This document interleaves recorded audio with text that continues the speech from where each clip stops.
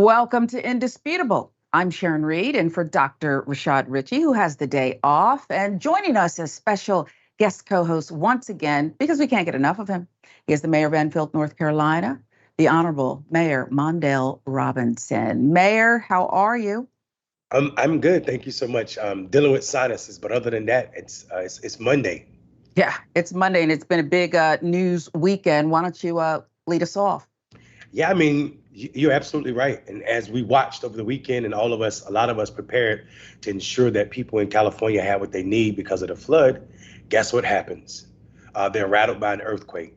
A magnitude of 5.1 earthquake, followed by a series of aftershocks shook Southern California, right, like I said before, and as they were preparing for Tropical Storm Hilary. And it began to drench the state, the city, the southern part of the state.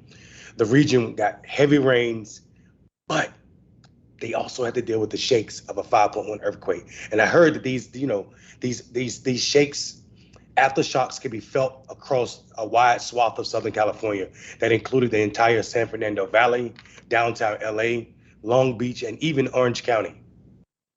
That's unbelievable. We're thinking these people are preparing to deal with a storm that they hadn't dealt with in a while. They also had to deal with this earthquake. And I know while there are no reported deaths related to this 5.1 earthquake, just think about what that did to the psyche, Sharon. Just as the rain began, we saw this earthquake.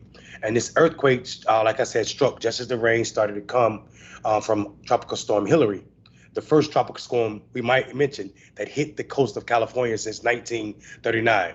People might ask, well, why is this the first storm that hit the coast since 1939? It takes a lot of stuff that has to happen before a tropical storm can hit the landfall, and a lot of those things don't happen on the West Coast. And part of that is because California traditionally has these easterly winds that are blowing these storms back into the ocean. That didn't happen, right?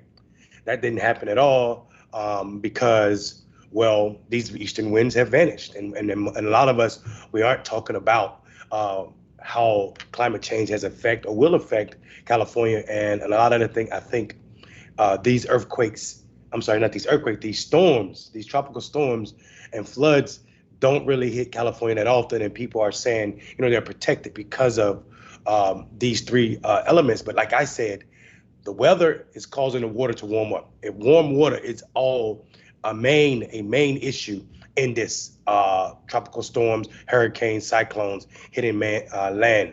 And then when you consider the fact that there's El Niños happening, California about to brace for this. And I know if you talk to people with way more science than me about these storms, they would say this storm might not be linked to California. What I'm saying is when they do link and hit landfall, we see a lot of flooding, just like we saw with this. As you can see, there were massive floods in various parts of the county. Even Dodger Stadium was flooded out. And I'm not talking about flooded with fans, I'm talking about flooded with water. So we see this is unbelievable to think about what LA looks like downtown, Sharon. To see Dodger Stadium underwater is frightening to me. What about you? Yeah, it's one thing to have it described, as we were on our production call this morning, and there was talk about it. One of our showrunners, Jordan, lives out there, Mayor, and I'm thankful that, people are making it through this California weather. But I've heard the same climate experts say that they don't want us to refer to this as the new normal. It's going to get worse. This is just going to get worse. And it seems like we are in the thick of it. And if we don't do something soon to turn this around, it's going to be difficult, if not impossible, to turn it around. But Southern Californians who are used to earthquakes, I can understand how in the middle of all of this flooding and everything else that was going on, all this rain they're not used to. I think of the Babyface song, Ever Rains in Southern California until it really rains in Southern California. That distracts everything. And so it's just a double whammy for folks there. And we really feel for them. Yeah, I think, being from the East Coast, we think about 2 to 4 inches of rain as if it's, like this is nothing. This is not going to cause big problems. But for the West Coast, 2 to 4 inches of rain in places that get that much in a year, like Death Valley and other parts of the West Coast, this is enough to create mudslides and also severe flooding like we saw over when Hillary made landfall. So and back to when you mentioned climate change, while we see people saying while it's plausible that climate change could increase the odds of landfalling type cyclones in California, they would likely come at a modest but probable not very large degree. This is Daniel Swain, a climate scientist at UCLA, noted in a recent blog about Hilary, climate change is reshaping California in a variety of other ways. However, wildfires are intensifying as the state grows hotter and drier. And while hurricanes may remain infrequent threats, other kinds of extreme precipitation events are expected to worsen in the coming decades. What I want people to understand is, like, while we might not see, it's important to understand in respect to science that Swain is talking about, and while we might not see an increase in that many hurricanes, what happens though is other precipitation is going to be affected. And when there's already increased wildfires, what we know is that's an increase right there in mudslides. So we have to consider that. And mudslides in themselves are dangerous enough to flood cars, to ruin houses, and just rip away at the mountains and other parts of the landscape.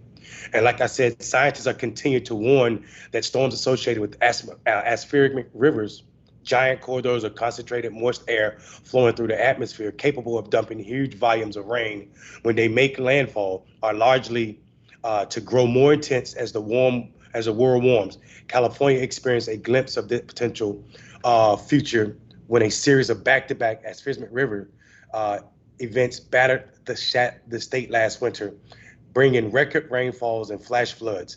This is what I was talking about. When you consider that these flash floods are associated with landslides, we know the damage that can happen. Houses moving down the street, cars being overflowed by mud, and then people also being their lives being threatened by this. And I think this is extremely scary, given the current climate. So we don't need to see more tropical cyclones making landfall. All we know is more rain due to climate change, coupled with the fact that we're seeing deadlier and more deadly wildfires, is creating a hostile living environment for our brothers and sisters like Jordan on this show and other people out in Southern California and other parts of the states.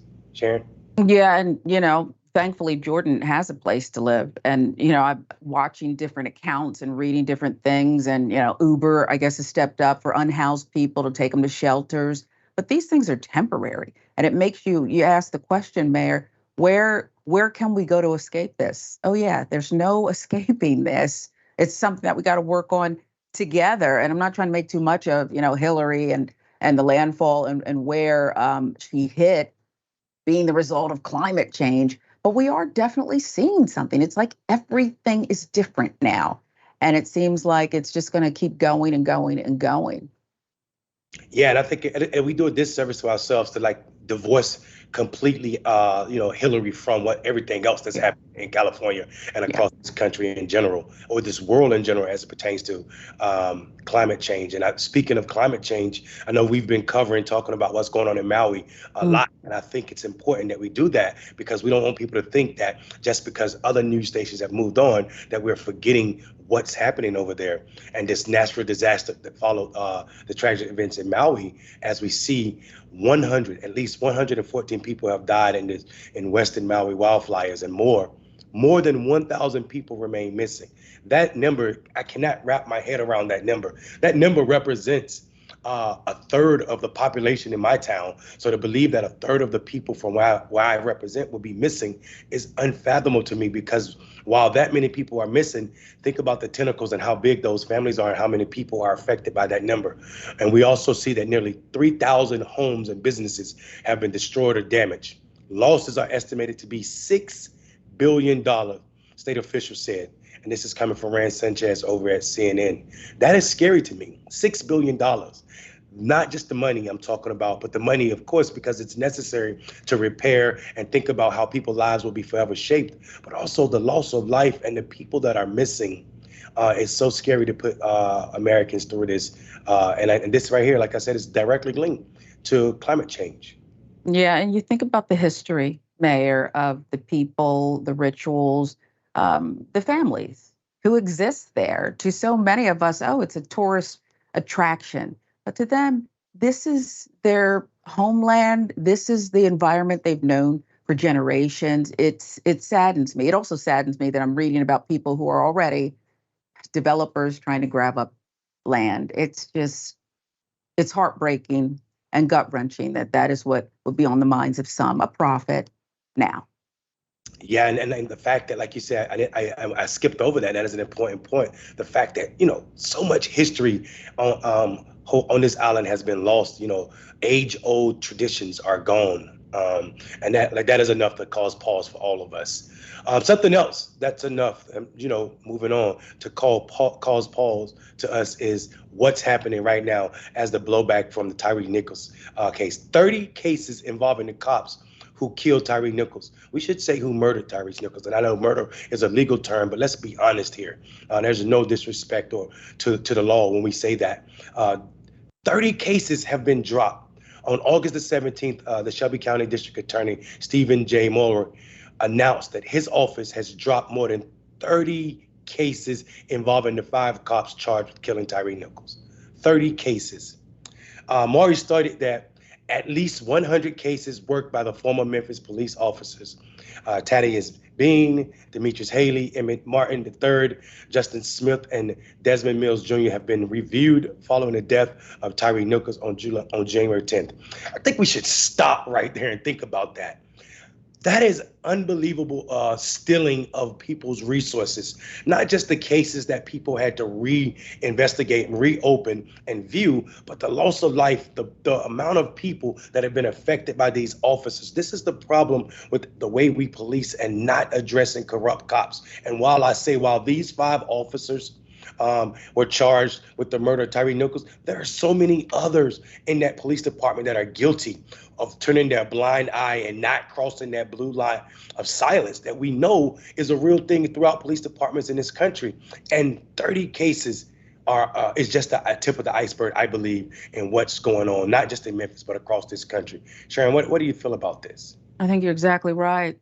These rogue cops, and let's be clear, we're done with the one bad apple thing. It's a systemic issue that has to be eradicated, okay? They are a drain on society emotionally, physically, financially, in every single way. And you forget that sometimes people have committed crimes and sometimes there's victims. What about them?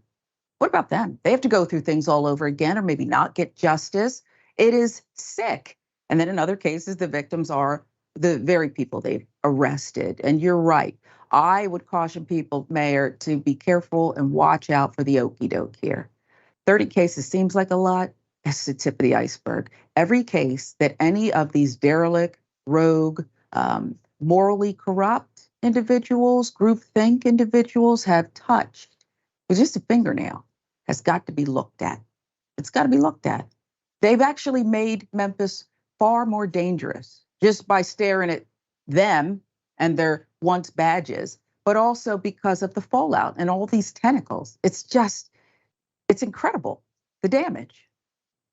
Yeah, and I think you brought up a perfect point. This 30 case seems like the okie doke. Malcolm X would say we're being hoodwinked. There's no way that these 5 officers collectively that have been on the force for so long, and this is the only thing we've seen. So they said, Maury, the DA said at least 30 cases worked by these former officers were being dropped following the review, and at least 10 more cases resulted in the reduced crimes. I can't believe this is it. I think you're offering this as red meat from people that are frustrated by what happened. You're trying to turn the page on the death of Nichols, who died from blunt force trauma after being detained. And we should say that this picture is extremely graphic for people that are watching it. This is extremely graphic. This brother was beaten while he was detained and cuffed by these officers at a traffic stop in Memphis on January the 7th. The officers claimed Nichols was driving recklessly. But the death should never be the penalty for driving recklessly. This is unbelievable.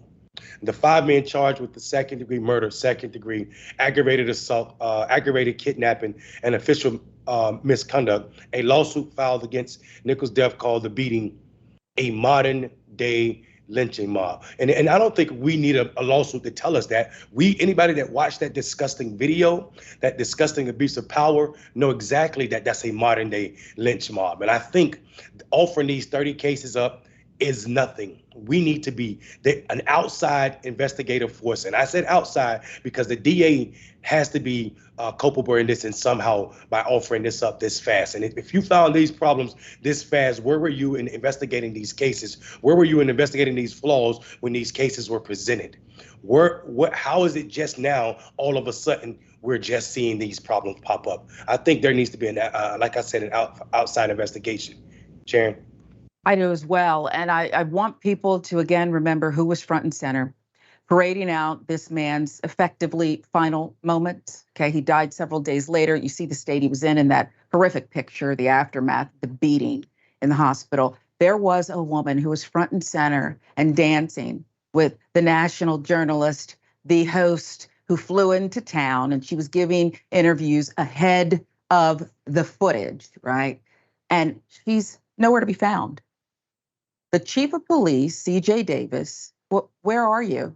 And why are we talking about cases being dismissed and she's not dismissed? By now, we know her record, Mayor.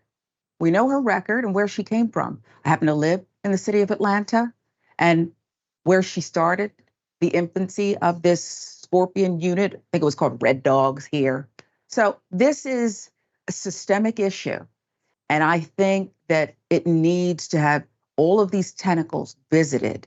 I don't understand why this man's dead and gone. He should be with his family. And she's actually still sitting as the chief of police. Who else is going to get charged? Who else is going to face consequences here? Not rogue cops. Stop lying to us. Stop pretending that this is it. Tip of the iceberg. Tip of the iceberg, and that's you're spot on, and that's what happens so many times. We saw the officer that killed Tamir Rice. This is not related to what we're talking about. The officer that killed Tamir Rice, a couple years later, went to another police department and got another job as a police officer after he shot a 12-year-old. We see the same thing in this case. While the chief is not responsible for being on the scene, the chief is responsible for everybody in that uniform. And I think you're absolutely right. Why is she still sitting in that seat when Tyre's dead? Speaking of this, I think I caution all of us to also pay attention to how we talk about these cases.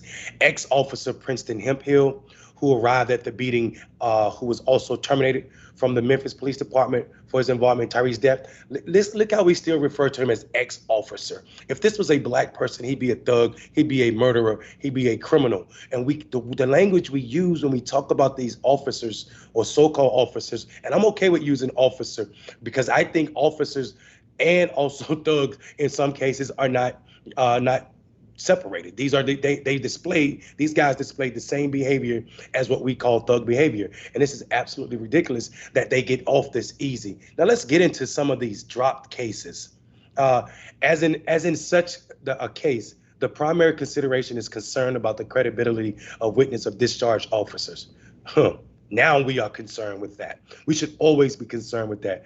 Read a statement from the DA, CNN reports. According to ABC 24 News Memphis, the cases dropped were arrests made by the officers while they were working for Memphis Police Scorpion Unit. This is the unit you're talking about. The outlet claimed that Mulroy's decision would result in dozens of bad guys going free. Dozens of bad guys going free. Nico Man from Atlantic Blackstock said that. Listen, let's be clear. Our definition of bad man, if it doesn't include officers that act like these officers, it ain't a complete definition. So if the fact that these officers live and exist in police uniform, protected by badges and qualified immunity, that to me threatens me and scares me as much as any other so-called bad man that they're talking about.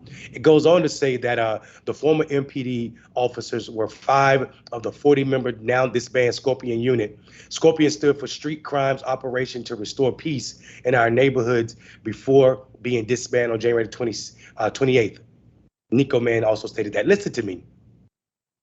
This unit was widely criticized for failing in its mission to reduce the city's assault, homicide, and robbery rates. You want to know why? Because they were part of it.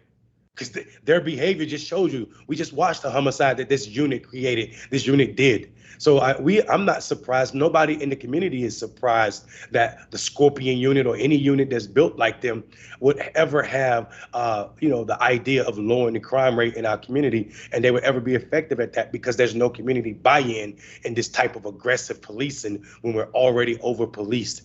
The unit made 566 arrests before being deactivated and was accused of working without adequate oversight while harassing minority communities.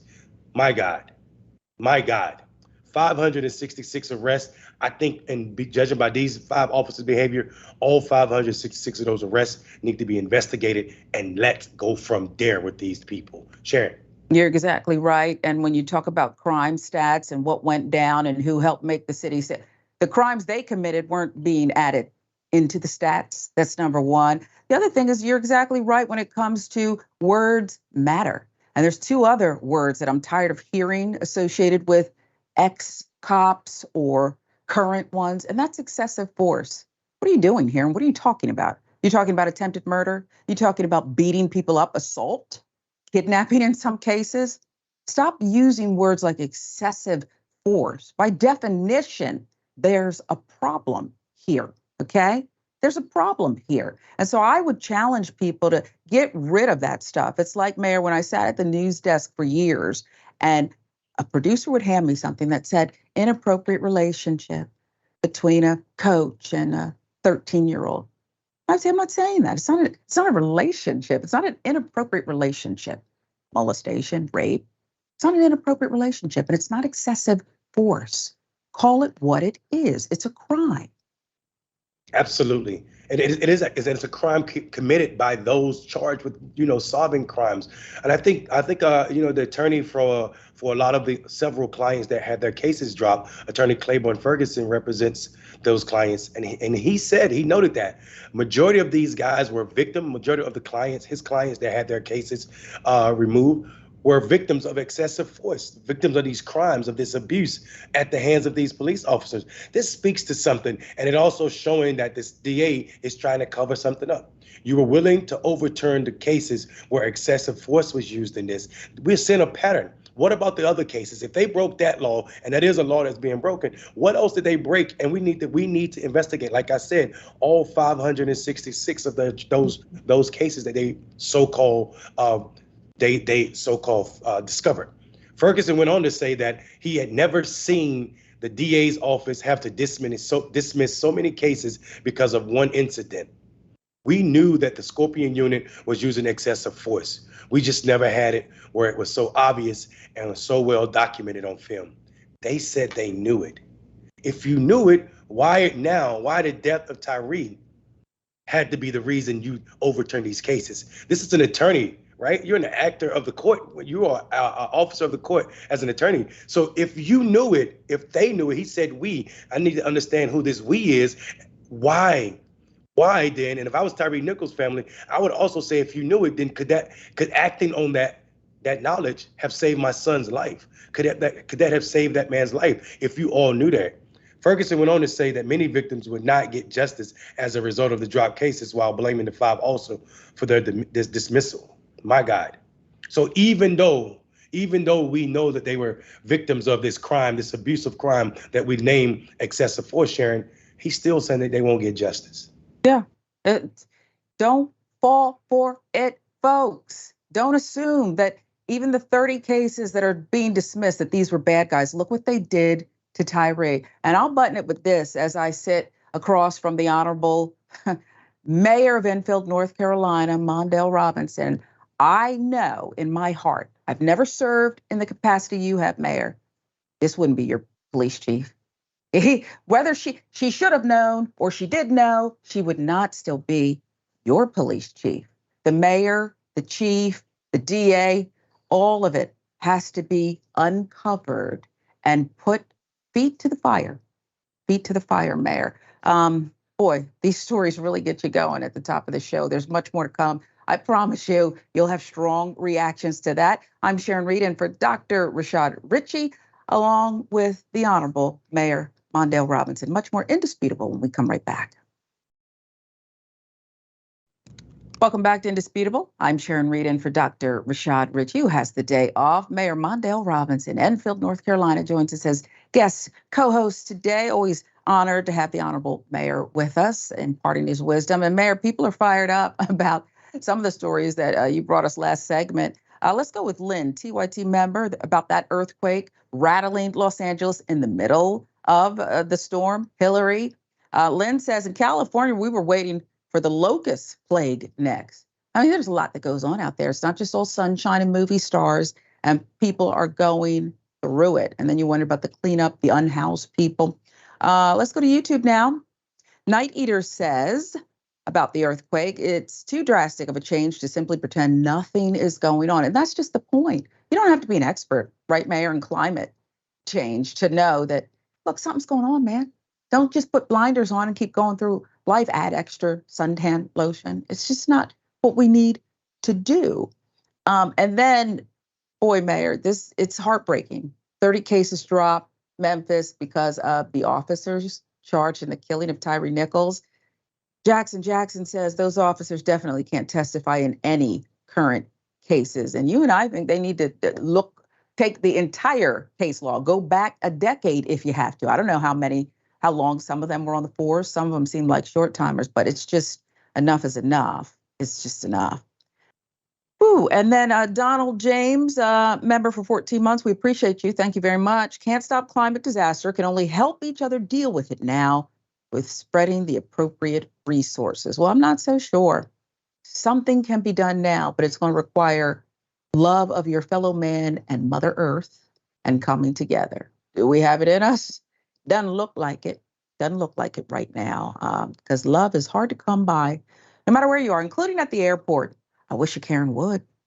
You want to call the police on them for having a barbecue on a Sunday. I feel free! Back off! I'm going to tell them there's an African-American man threatening my life. Whose grandma is this? No. Don't do it. Oh, don't. Is she serious?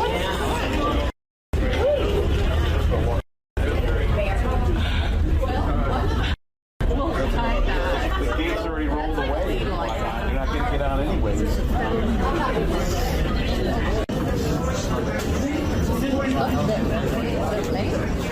Entitlement.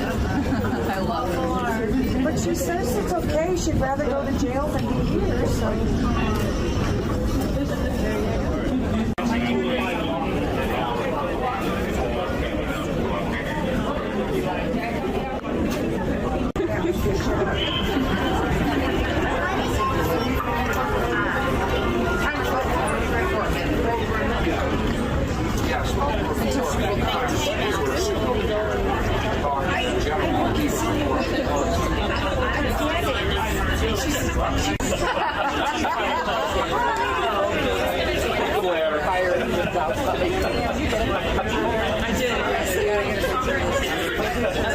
She cut the intercom. She was counting the door, and then she.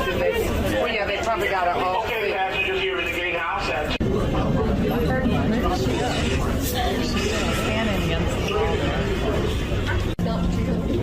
I'm out. You should give him a round of applause. Little old lady caused all of that. Why would you do that? Let's fill in the details. According to the poster, Ferris wheel 1, this lady first came running to the gatehouse yelling, no, you can't leave me. The gate had been shut for quite a while by now. She proceeded to bang on the door, then picked up the phone behind the counter on the PA system, shouting, hello, then proceeded to try and pull the fire alarm when I started recording to get some help as everyone shouted, no, don't do that, as the lady in the blue flower blouse tried to stop her. She said she works with the elderly. We all thought she didn't succeed because we didn't hear an alarm, but it turns out it was silent. She then tries to help fix the alarm with maintenance. Fire department arrives 15 minutes later. Gate crew arrives, assist her, and she leaves, and we all think she leaves with no repercussions, but word spread. She was fined $2,000. Kudos to the gate agent. He was so calm with her. Now, Mayor, I don't want to be too hard on a senior citizen. I have a special place in my heart for seniors, children, but let's be clear. Parents come in all sizes, ages, and I think it's great that she wasn't hurt, but it was like happening in slow motion. Don't do it. And now I think it's great. They're so patient with her and they assisted her. And then she took her bags and left. I don't know that she's even going to pay that fine. We can get to that in a minute. If this had been you, Mayor, okay, certain hue, distinguished beard, I don't think people would have treated you so gently, okay? And I don't think you would have been leaving the airport bags in hand. I would have been leaving in cuffs. Definitely, and I wouldn't have left probably if I would have had a bail, I would have left probably with facing felony charges for false alarm as it pertains to fire, which is more than just finable. It's also a criminal offense, and I think people this behavior cannot go unchecked. This is the dangerous behavior of what I'm owed because of who I am, and I think this segment, and this is a perfect. I wish a Karen would, because how dastardly is it to say I'm going to stop the entire operations of this entire airport right here where I am because of my flight. And I think, if we're being honest, I'm reminded daily when I see situations like this, how many Americas we live in. And there's always at least two, one for white Americans who believe and act as if they deserve a different level of comfort and support for their frustration versus those of us who are laying in hospital beds dying because we're beaten for driving recklessly. You're absolutely right. And when you think about the enormous resources, okay, it was more than $2,000 that she cost right there. Let's start there. What about somebody else who perhaps needed help at that time? Perhaps somebody else needed help, assistance, the fire crews to show up there, okay? And what I meant by she's probably not going to pay $2,000 is because I predict that OG Karen will be in front of the judge or magistrate, and they'll feel sorry for her. And she might even walk a little slower that day. And they will do something like say, we're going to waive it, just, don't do it again. Or here, $50 to your favorite charity, ma'am, cats need food. And that'll be the end of it. Am I wrong, Mayor?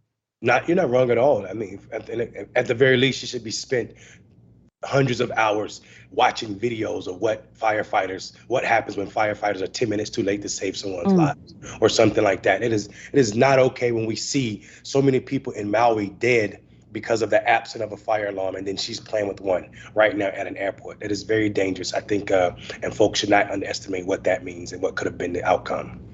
Yeah. Elderly woman, senior citizen, and the word dangerous. Yes, dangerous. That's what happened here. And you don't have a right to do that, no matter what age you are, no matter what color you are. And that's why the segment exists. I wish a Karen would. She has cousins, though, and they usually exist, well, in a certain state that we identify by a certain color. What in the red state hail?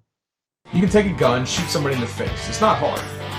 Sometimes it might even be fun if they're a godless commie. Now, what they're trying to do is sneak the COVID vaccine in your salads.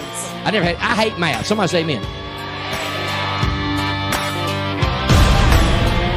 The problem is we have what is called hentai, animated books, which now are on the shelves. My granddaughter wants to have animated books. She's in 3rd grade. So the Japanese books are getting on our shelves, and maybe Kite Runner is an example, but they have a direct relationship. They are porn. They desensitize our youth. They normalize sexual behavior. They connect and they put an arousal. This is physiological. This comes from many studies. The physiological effects of arousal occur in the young minds to a point when if they keep on reading, and this is on Disney porn, it's on Little Mermaid, this is happening to our youth. They are becoming desensitized gradually, not only greatly with the cell phones, but very much through books as well. I don't know the solution, but I do know that if we don't do something solid to screen pornographic material, then I do believe that we are putting our children in a world full of misnomers about their own sexuality, especially women. And you can just read some of these books that I've seen and you've seen that show women in sexual positions, descriptions, and they are on our shelves. Now, I got to tell you, I can't, it sounds like droning on and on and on and on, Mayor. What on earth is this woman talking about? And why does she think that her view, it's not even correct, Mayor? Let's start here, is the correct one. What are you talking about? We've discussed real world problems for much of indisputable. And this is what you're doing? I'll let you go, Mayor. I am afraid to go. It's clear to me that this woman heard this word somewhere on the internet, or somebody gave it to her. She was probably watching Newsmax and, Matt Gaetz interviewing Bobert or something. Who knows where this ridiculous comes from? And the crazy thing with me about these conservatives is every time they show up like this, we find another one of them that's getting locked up for molesting or child abusing a child. And I think this is the ridiculous presentation. And I'm not saying this is who Gray is. I am saying, though, this is absolutely ridiculous. Also, somebody should tell her that you don't read TV, you watch TV. The Little Mermaid is a movie, not a book, that nobody's reading in it. But I mean, like this book, and I think what happens, though, is they're ill-equipped to have conversations about anything that they've not really dove into. And it's clear to me that, one, she doesn't know what Japanese anime is. That's very clear by her ridiculousness. Secondly, this idea that she's going to go to war with Disney because DeSantis tells me a couple things. One, she's not ready for reality, and also she thinks she's going to raise her profile. Unfortunately for her, she needs to pay attention to what's happening to her governor right now, because DeSantis is in some legal battles that he is going to be in a lot of trouble, which is why he's trying to get Disney to drop those lawsuits, because he knows he's about to lose for lying on his corporation. And they're not letting down. I think they're preparing, or they just did file more charges for him for saying ridiculousness that meets this level of silliness. Really. Yeah, Mayor, and I'm going to take my cues from you because you have such a reasonable way of presenting things, not ready for reality. Okay, we're saying the same things, but the way you put it, it's reasonable. It's not disparaging. But I want to throw up the picture of Lynn, because if you don't think she is as serious as can be, she really thinks she is educating people about this. This school board member, Lynn Gray, Hillsborough County School District. This is her interesting take on books like The Little Mermaid, The Kite Runner. And, other members express frustration, confusion over the Don't Say Gay expansion of the parental rights in education law enacted last year. Unnecessary, a prop, a ploy. Now, the new legislation, though, let's remind you, look how serious she is. Swear she's doing it. Swear she is doing it. New legislation, HB 1069, states material deemed pornographic depicts sexual conduct outside of an educational setting or is not suited to students' needs and age level, can be challenged and removed from the classroom or libraries. The law also mandates each student adopt a policy, that outlines the challenge process for such materials. So it's going to be 2 days. The board mayor will vote on whether to ban 7 books. Here's Gray, though, doubling down. She wants to ban that Kite Runner, as we said, because she believes it's anime. Because there's a disagreement in Kite Runner, for example.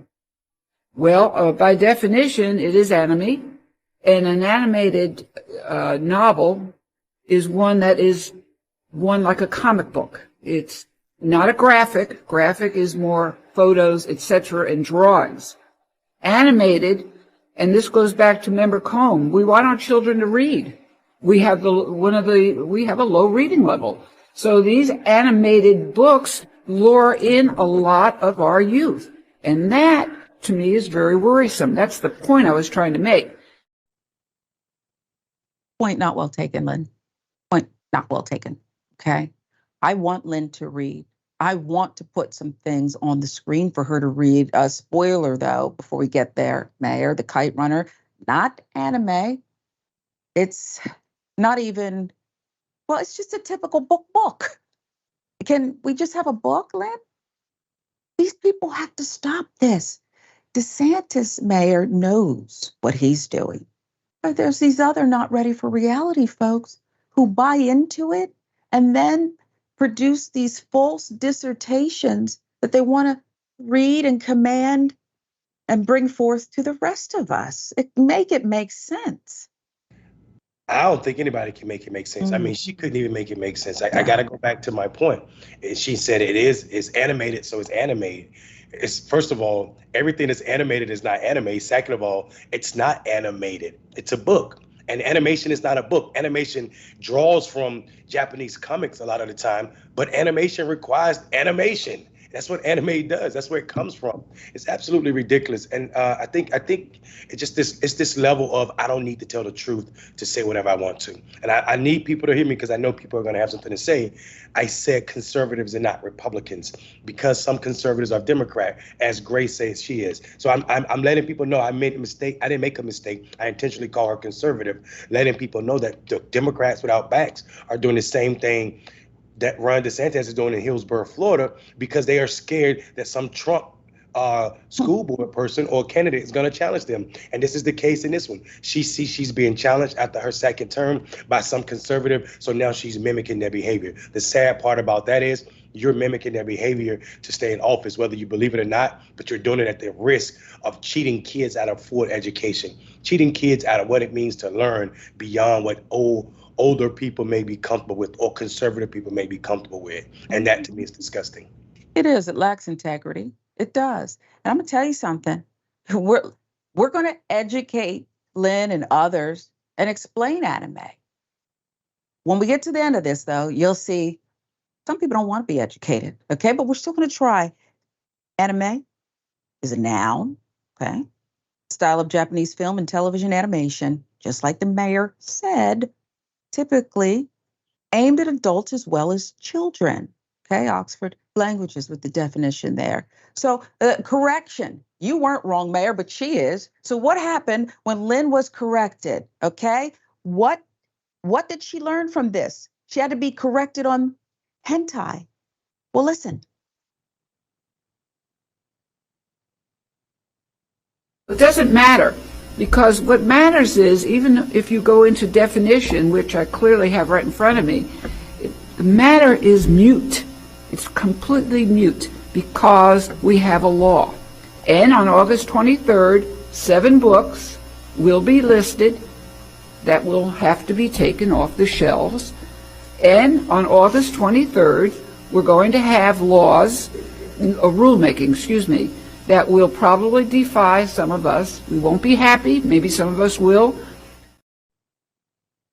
Is this what you have to put up with at town hall meetings? I hope not. In Enfield, North Carolina, Mayor. You're a patient man, but I hope this is not what you're putting up with here. Go ahead.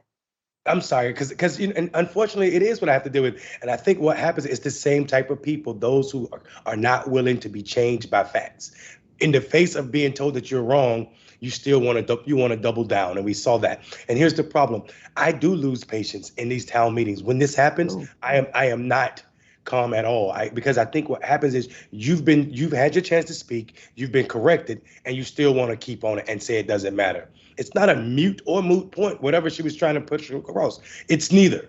She's wrong. It's the fact of the matter is, at that point, you step back and say, "Oh, I didn't know." But that's not. These people are so grandiose in their head and ideas that it doesn't matter that they're wrong. Wrong is not it. It's the pain, the suffering is the object. Oof. It doesn't matter. We're going to control this conversation. And we have a long history of banning books and confusing people. The reason half of white Southerners believe, and I just made that half up, I don't know what that percentage is, but it's a significant portion, believe that the Civil War was fought over the lost cause is because the United Daughters of Confederates were able to get books banned back after the Civil War. And they banned those books for 2 and 3 generations. So these people grew up learning that the KKK and their granddads and their great granddads fought for against Northern aggression. No, your grandfathers fought to ensure slavery would be the land of the law, or the law of the land. Not a noble cause. It's not a noble cause. And when you're wrong, you're right, Mayor. You just say, thank you for the correction. If you have any integrity, and if you're like the rest of us, you can learn some things probably every day of your life. Lynn can't, but we're going to continue that education. What is hentai? Another noun, genre of Japanese manga and anime characterized by overly sexualized characters and sexually explicit images and plots. Again, Oxford with the details. What is manga? Well, style of Japanese comic books, graphic novels, typically aimed at adults as well as children. I don't know, again, if any of that helped, but she's trying to deliberately, Mayor, confuse others. And so we needed to at least make the correction. But I stand and sit in this. It's not about being right or wrong, right? You said it. It's about what I say goes. You don't matter. I matter more. I get more speaking time. My voice is loudest. If not, I'll pull the fire alarm or something. It's just sick, and it's permeating every part of our society. Last word, yours. Yeah, I just think, I mean, I'm glad you all are doing the work of educating people about what manga is. Manga is basically Japanese history, right? Like this has been going on since the 19th century, and it's dedicated and targeting adults, not kids. And manga, we have no manga in school libraries anywhere, regardless of what she believes. Did you hear what the mayor said, Lynn? Please sit down, and stop talking. Much more indisputable when we come right back. I'm Sharon Reed in for Dr. Rashad Ritchie. Mayor Mondale Robinson joins us from Enfield, North Carolina. Much more to come. Welcome back to Indisputable. Let's get you some viewer comments today. Special guest co-host Mayor Mondale Robinson joins us, and you all really have a lot to say about the Karen who pulled the fire alarm, senior citizen, OG Karen, because she missed her connecting flight, and that was her way of saying, don't leave me. She also got on the PA. Lynn has this to say, I guess you can't yell fire in a theater, but you can pull a fire alarm in an airport. Apparently you can, and no one's going to tackle you or use a stun gun. Okay, no one's going to kick you in the belly. Cray souffle, throw airport Karen's ass in jail and have the Dalmatian bite her arms off. Okay, cray. We want less violence. Okay, I can understand the sentiment. I'm going to assume figuratively speaking. Was there a Dalmatian? Did I miss a Dalmatian somewhere, Mayor? I was just focused on OG Karen. Yeah, I think maybe I missed the Dalmatian as well. And okay, well, yeah, perhaps it's a play on the 101 down. Got it. No, Cray, we want her to live and thrive, but just follow the same rules as the rest of us, not disrupt other people or cause the fire department to have to come out. School board member who claims adult cartoons in libraries, nothing's going on, Lynn. Okay. So Trista has this to say, Lynn, we have a low reading level. You think? Gotta get with it.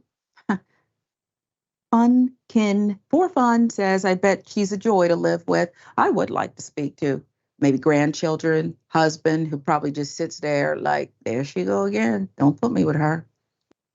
C. Michael Henson, thank you so much. And his take on the Tyre Nichols, remember 30 cases thrown out because of these officers charged in his death. Where are the rest? Being held accountable. What happened to Nichols was state-sponsored black on black crime. That's why they aren't doing anything about this, but sweeping this under the rug. Mayor and I agree that perhaps the 30 cases, it sounds like a lot. It's like a little bit of red meat. Say, they'll go away, leave us alone with the rest of this. Police chief remains on the job. All of it is fine. One more for you about that Karen and the fire alarm. Rose says, where are the handcuffs for this woman? That's a good question. She did carry her bags and leave, right, Mayor? That was her. She left the scene of the crime. As you mentioned, it's a crime. It deserved more than a $2,000 fine. But there are crimes, and then there are horrific, acts against mankind, or babies, as it will be. British nurse gets life in prison for murdering infants. This right here. This is the perp. British nurse sentenced to life in prison without the possibility of parole on Monday for the murders of 7 babies and the attempted murder of 6 others at the UK hospital where she worked. Let's give you the background on the horrific murders. Lucy Letby, age 33, was handed a whole life order by Manchester Crown Court in Northern England, meaning she will never be released. Letby refused to appear in the dock, prompting calls for laws to be changed so that defendants must attend their sentencing hearings. She was found guilty on Friday by a jury in a case that horrified the country and made her Britain's most prolific child serial killer of recent times. CNN with the reporting. Judge addressed Letby as if she was in court during the sentencing. Justice James Goss said this was a cruel, calculated, and cynical campaign of child murder involving the smallest and most vulnerable of children, continuing to say there was a deep malevolence bordering on sadism. During the course of this trial, you have coldly denied any responsibility for your wrongdoing. You have no remorse. There are no mitigating factors. PA Media reporting, Prime Minister Rishi Sunak on Monday condemned Letby for failing to appear in court. I think it's cowardly that people who commit such horrendous crimes do not face their victims and hear firsthand the impact that their crimes have had on them and their families and loved ones. He continued saying, we are looking and have been at changing the law to make sure that happens. And that's something that we'll bring forward in due course. Let's get into this serial killing spree of infants. Letby attacked babies in her care by administering air into their blood and stomachs, overfeeding them with milk, physically assaulting them, and poisoning them with insulin. The allegations against Letby and her subsequent conviction triggered a government inquiry amid questions over how she was able to escape detection for so long. More than wanting her to face the court and the sentence, that's what I want to know. How did she get away with this and leave so much grief and trauma? How'd she get away with it for so long? The parents of several of the babies that survived Letby's assault said their children now require around-the-clock care. As with the sentencing, Letby was not in the courtroom when the victim impact statements were read. Throughout the trial, the court heard harrowing testimony from parents, including in one case where Letby had tried to kill a baby boy after murdering his twin brother. It emerged that before Letby murdered one of the twins, he started bleeding when she tried to assault him. The baby's twin brother later survived an attempt by Letby to kill him by insulin poisoning. And it was revealed that police had found a series of handwritten notes by Letby. They read, I don't deserve to live. I killed them on purpose because I'm not good enough to care for them. She wrote in one memo, adding in another, I am a horrible, evil person. And in capital letters, I am evil, I did this. Let's talk about the administration, the failures there. There were many. UK government issued an independent inquiry into the murders on Friday, including how regulators and Britain's National Health Service dealt with the concerns raised by consultants. Doctors at the hospital noticed a spike in the number of babies who were dying or unexpectedly collapsing in the neonatal unit. But the hospital's management initially dismissed concerns raised by clinicians over the increased mortality rate of patients under Letby's care, EA reported. Lawyers for the victim's family have said the inquiry was not good enough as it does not have powers to summon witnesses. In 2018 and 2019, Letby was arrested twice by police in connection with their investigation. She was arrested again in November 2020. Authorities found the notes Letby had written, as well as handover notes she had taken from the hospital during searches of her address. During the sentencing, the judge said Letby has kept the hospital documents as morbid records of the events surrounding the collapses of the babies. That's what serial killers do. Researchers tell us they want to keep symbols of death at their hands. Mayor, I am disgusted that one more baby had to die. I don't care if it was an inquiry, somebody was on to her. And it seems like it was shrugged off. So more vulnerable infants had to die at the hands of this monster. Yeah, I mean, you don't need a significant algorithm to realize that on this person was working, the baby died. This person working, another baby died. And someone should have been investigating way earlier than this many babies being murdered by this monster. And one thing she did get correct is she is evil. She's evil without color. And I think this is unbelievable to me. I cannot believe that we are talking about this. A nurse, I mean, we talked about this story last week about the doctor who decapitated a baby. And now we have this story. This person is unbelievable. And I think I can't even imagine that she was not made by the court to sit and listen to these families. Too uncomfortable? Exactly. This is too uncomfortable. How is that not part of your sentence? Sharon, this is a hard story to swallow. I don't know that you would ever get over that. I have one daughter who I love. Children are good. I don't know how you would ever get over that. I pray for the parents. I hope they will somehow be able to resume and overcome. And it's horrific. It really is. This is heinous too, Mayor. A cop arrested for uploading heinous materials online. A cop. Massachusetts, Matthew Bistany, age 51, Methuen police officer, arrested on a child pornography charge Tuesday. Bail set at $5,000. I need to ask if that's a typo. It's not a typo.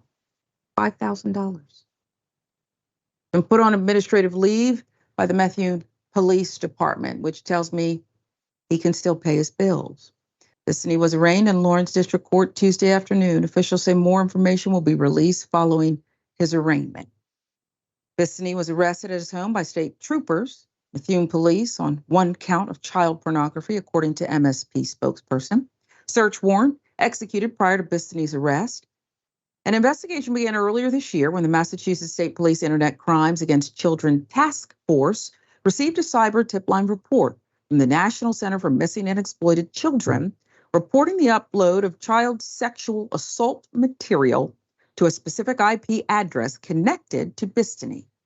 Bistany has been placed, as we said, on administrative leave by the department, according to the police chief, Scott McNamara. Boston 25 News with some horrific details. While Officer Bistany is presumed innocent until proven guilty, the Methuen Police Department condemns the officer's conduct as alleged in the charging documents. These allegations in no way reflect upon the character and reputation of the men and women of the Methuen Police Department who stand committed to protecting children and continue to serve with distinction. Let's stop there, Mayor. I don't like the statement. I don't like it. Okay, because if this was any other defendant, it wouldn't start with, while they're presumed innocent, and then say, yeah, administratively, he's charged with that. And then it would go on to say, don't look at us. Look, he was part of the department. So I don't know why you're even putting it out there. Just give the details like you would any other defendant facing child porn charges. Am I wrong, Mayor?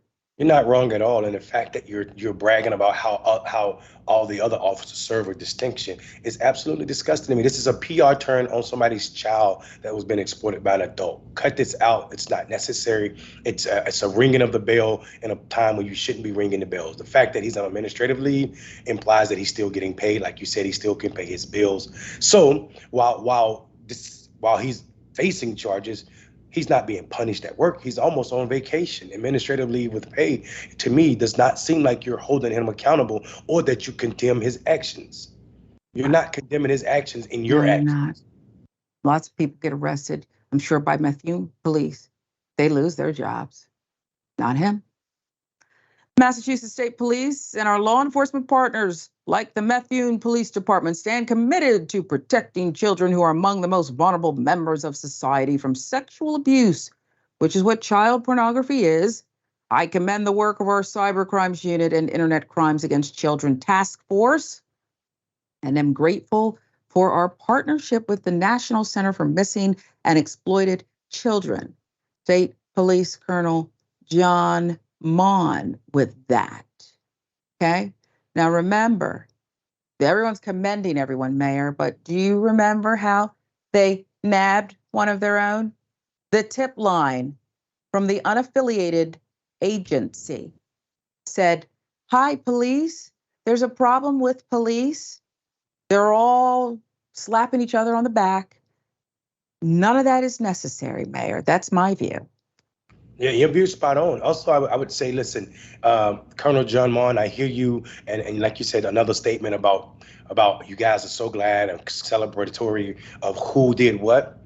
I have a question. Were you in court to advocate that this person got a higher bond than $5,000? Did you talk to the magistrate judge and say this person shouldn't be released because they are a threat to children, the most vulnerable? And if you feel they are the most vulnerable, how do you feel about this $5,000? Nobody said anything about this magistrate making this bond this low. Had it been another situation, this person not been a law enforcement agent, a person of color, then it would have been, I am upset that this person got out on $5,000 bond, which really means you pay 10 to 15%. So this person is walking around for doing something against the most vulnerable as a child for only $500.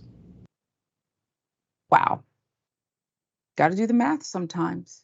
And you got to look at how police officers who are rarely, but sometimes it happens, accused, charged, how they get treated versus how you would be treated, even in this kind of disgusting case. You're right. Why wasn't anybody, I remember I had to ask, is this a mistake? I know our team, they get it, okay, and they're very thorough. But I had to ask almost rhetorically, Mayor, because it's sick. Do children matter or not? Yeah, and I mean, our actions as adults, the way that this person is able to walk away from this case and walk free right now for $500 is telling these kids, whether we say it with our mouths, it's saying that they don't matter. Not as much as this officer. Don't matter. You could have said you were disgusted and left the statement at that. Much more indisputable to come. I'm Sharon Reed in for Dr. Rashad Ritchie. Mayor Mondale Robinson is the special guest co-host today. We're right back.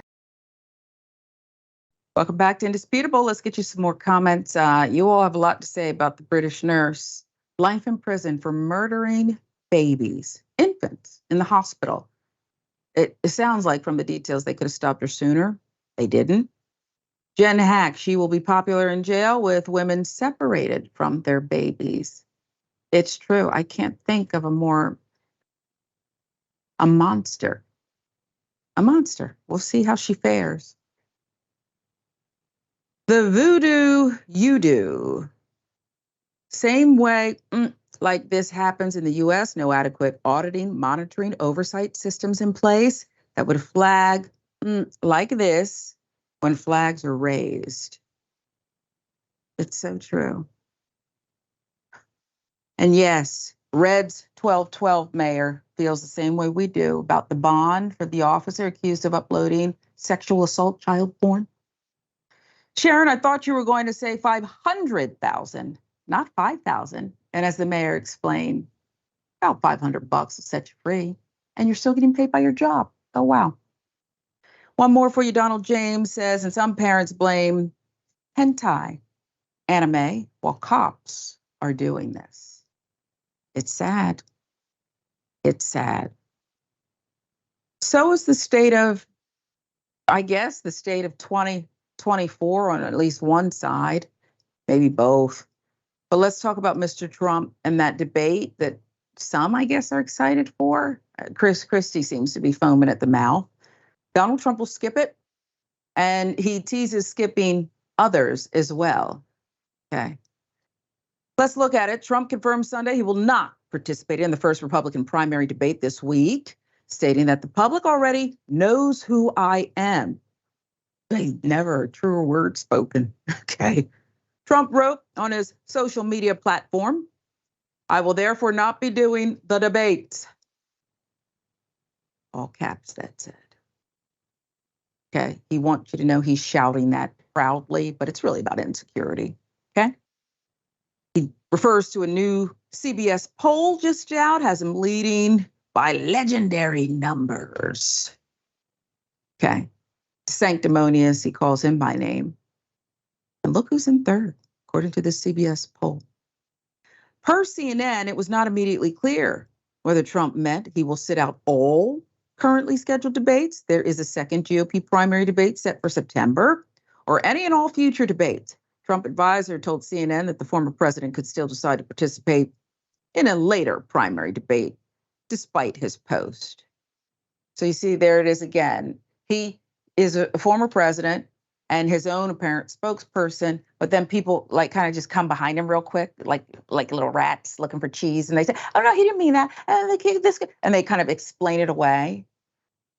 And he doesn't want to debate, and he doesn't want to Chris Christie can probably insult with the best of them, Mayor, and that's probably who he's afraid of. He knows that the governor down there in the state known as Florida will probably fall flat because he has some strange social things going on with him. He lacks social cues, but Christie he can be nasty. Okay, remember Bridgegate and all that stuff, Mayor? It's real. I mean, I think from democracy standpoint, this is absolutely disgusting. If I was managing Donald Trump, this is probably the exact advice I would give him, though, because he is dumb. I'm not being coy. He's dumb.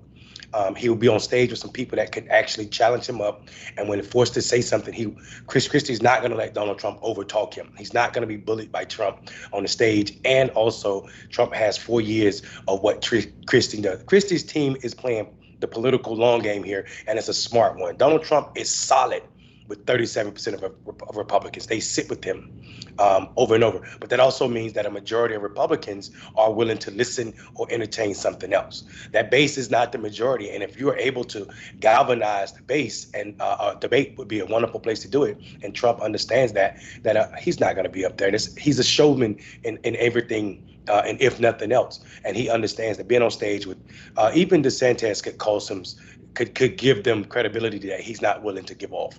So he'll sit back and he'll do show on a failed platform, i.e. Twitter or whatever it's called now, by a failed reporter, Tucker Carlson, fired, with a failed president, i.e. himself. And out of that failure, he'll try to make noise and he'll try to suck the air out of the room by doing this conversation the next day.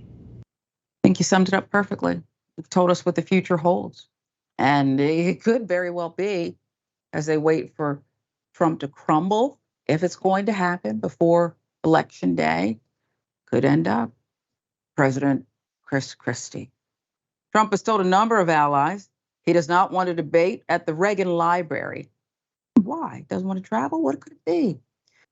He complained in private conversations that he has never been invited to speak at the venue, blaming in part the chairman of the board of trustees, Fred Ryan. Ryan was the chief executive officer of the Washington Post. You're going to blame that on one guy? This one guy is responsible for you not being. You don't have thoughtful remarks. You just ramble on and talk about you. He probably wouldn't talk about the former president or anything. I'm not sure why they didn't ask him. Who knows? But let's give you the latest CBS poll numbers. They do show the following for the GOP nomination. And you see it there. Nikki Haley, despite talking about how President Biden is on his last leg and won't survive a second term, is only at 2%. Chris Christie, we'll see. Mr. Scott, Senator, South Carolina, the one who would not condemn Donald Trump's actions on January 6th, 3%. And the former vice president, who is not a hero, who stood by and behind Donald Trump every step of the way, all that name recognition. And then people were shouting, hang Mike Pence is sitting at 5%. And look who's in the middle, Mayor. It to me means that people want more of this rhetoric, this nasty divide, racism, anti-Muslim, whatever you want to call it. Look who's in the middle on the top there, Mayor. What do you make of it? Because he's surging right now, believe it or not. Listen, I think it absolutely plays into what we see, what we expect from the Republican Party, a party with no platform. Actually, Donald Trump had no platform when he ran, and we're seeing now a continuation of that, where you have people like Ramaswamy who can be nothing except for racist, even talking about immigrants, and that's his family story in a way that makes no sense, that does not ring true to what the American dream is. And I think this party is willing to entertain a minority, a person of color, if you believe what we believe, right? Tim Scott cries about DeSantis were not heard. They didn't get major airway on Republican airwaves, right? His critiques of DeSantis, but Ramon's Way being extremely racist. He's doing all the media around. He's making space. They're making space for his voice to be heard because he sounds just like whiteness.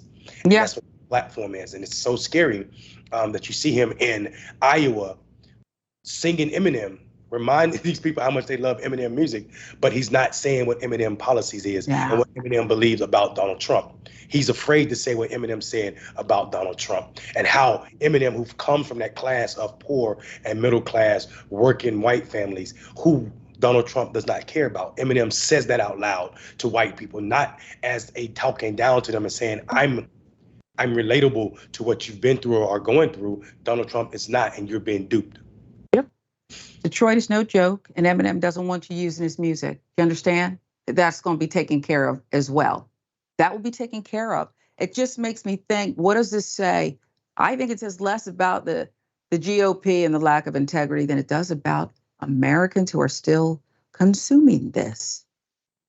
Sizable 3/4 of Trump's voters include those who show support for his legal troubles as one rationale, among others, for considering him in the first place. Information in the indictments doesn't have an impact, apparently, in part because they generally believe it's Trump who tells them the truth. 71% of voters believe him over their own family and friends. I don't have a problem with getting a smaller turkey for Thanksgiving if that's who's in the family. Maybe more Americans need to think about that. We're going to go to the next story, Mayor. And she's been in the lineup a lot lately, and you've spoken and broken down the details with this lady. Sage Steele is back with an explosive allegation. She says Barbara Walters, dearly departed, pushed her. Physically pushed her backstage. Barbara Walters died December 31st, 2022. But according to Sage Steele, groundbreaking, tenacious television presenter known throughout the world, had a violent streak. Barbara Walters. Steele claimed a then 85-year-old Barbara tried to assault her in the green room of ABC's The View, and Steele says it was after a segment on her favorite topic, Barack Obama. You about Barbara Walters. She attacked you? Wait, what? It was right after that segment with the Obama segment. And went in the back. And so it was Barbara, Whoopi, and myself in the dark green room off to the side. I was probably about 4 feet from the wall and the trash can. And Barbara was standing over here in front of me. And she just started to back up towards me and looked at me and got close and elbowed me. And it pushed me back into the wall in the trash can. I was like, what did this just do to me? Like, this 140-year-old woman just tried to tackle me. What is happening right now? And some of the producers saw it. Whoopi saw it. And Whoopi was like, come here. And she was great. And she pulled me aside in her little area. And she's like, don't you let her do it. And I'm like, am I in a movie right now? A legend, one of the legends in this industry just tried to beat me up. Big deal. I play basketball. You got to stay on your toes. You're going to get boxed out. Things happen. Maybe it happened, maybe it didn't. I don't know. Okay? And we should also tell you, in some corners, it's become easy to poke holes in Sage Steele's public statements these days. But we do want you to consider this.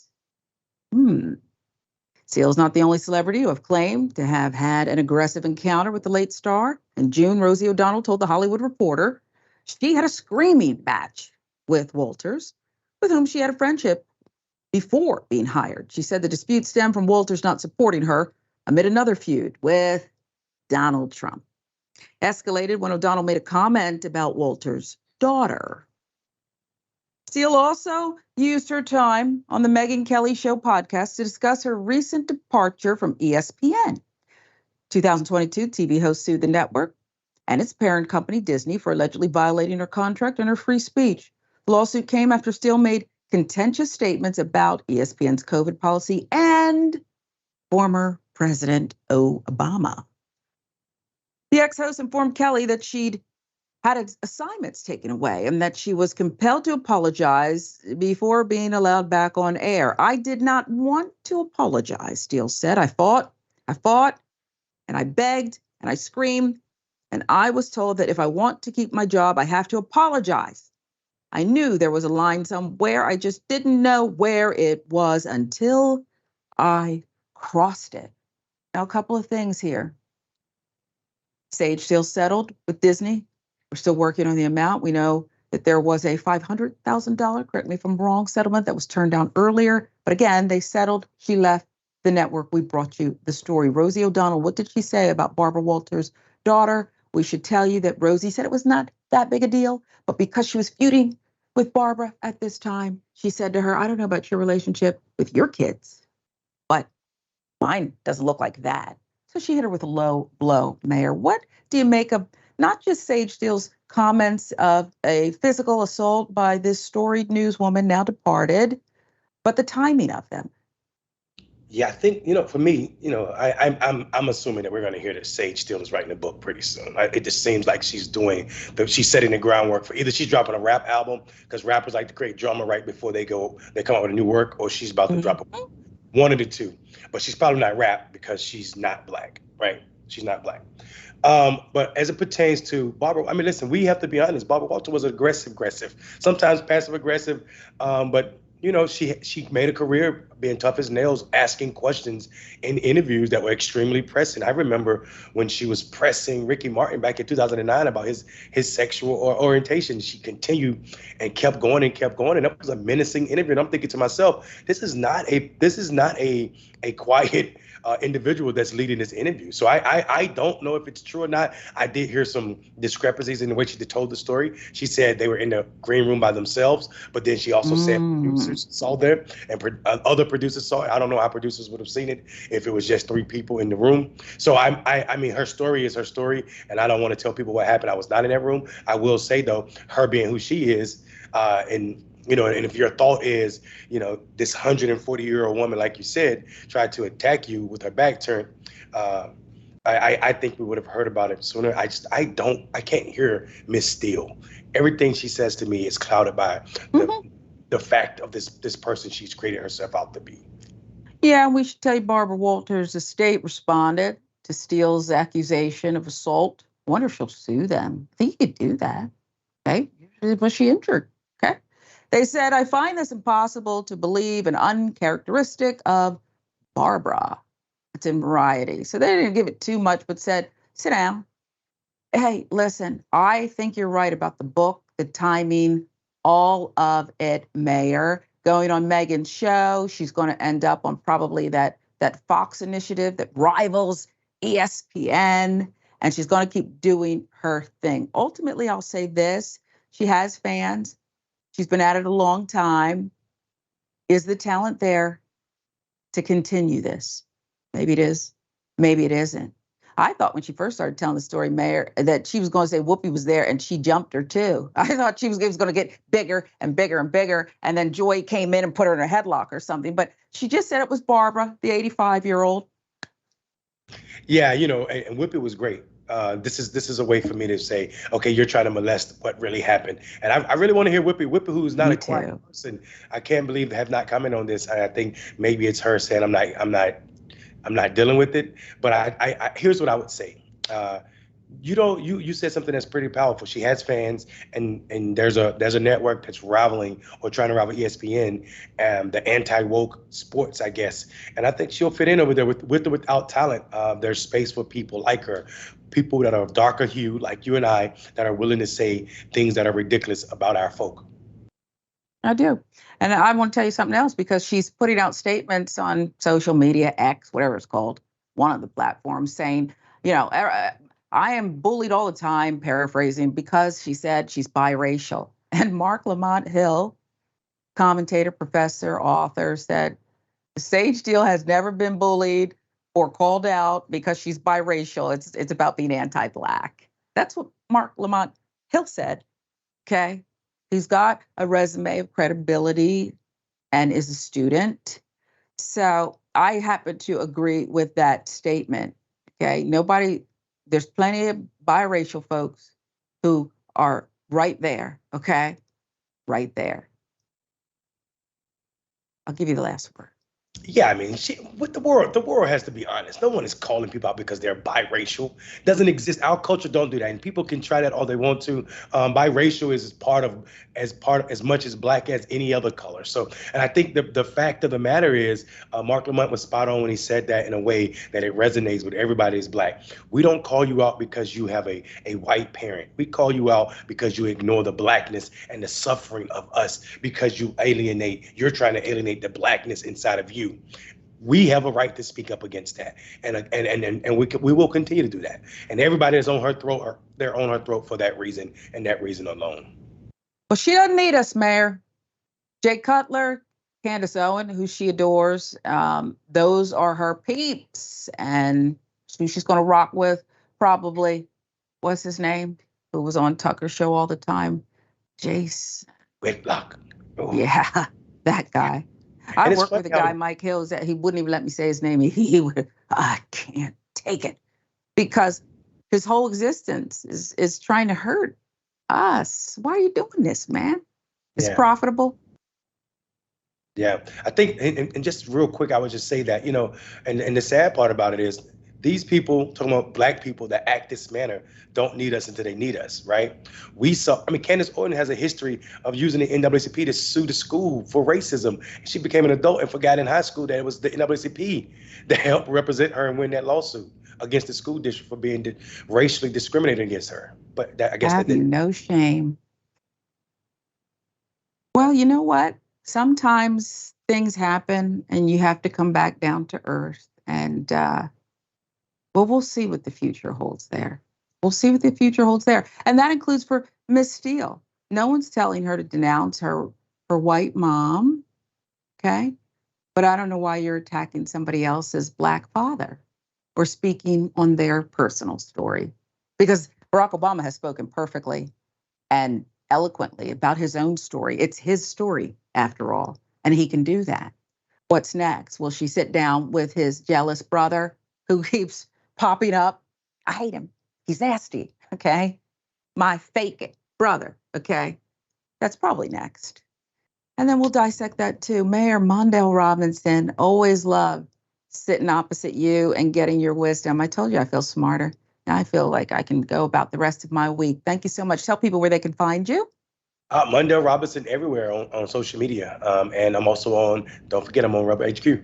Yep, we love you there too. An important voice for our time. This is Indisputable. I'm Sharon Reed. Dr. Ritchie is back. Next show. Thanks for joining us.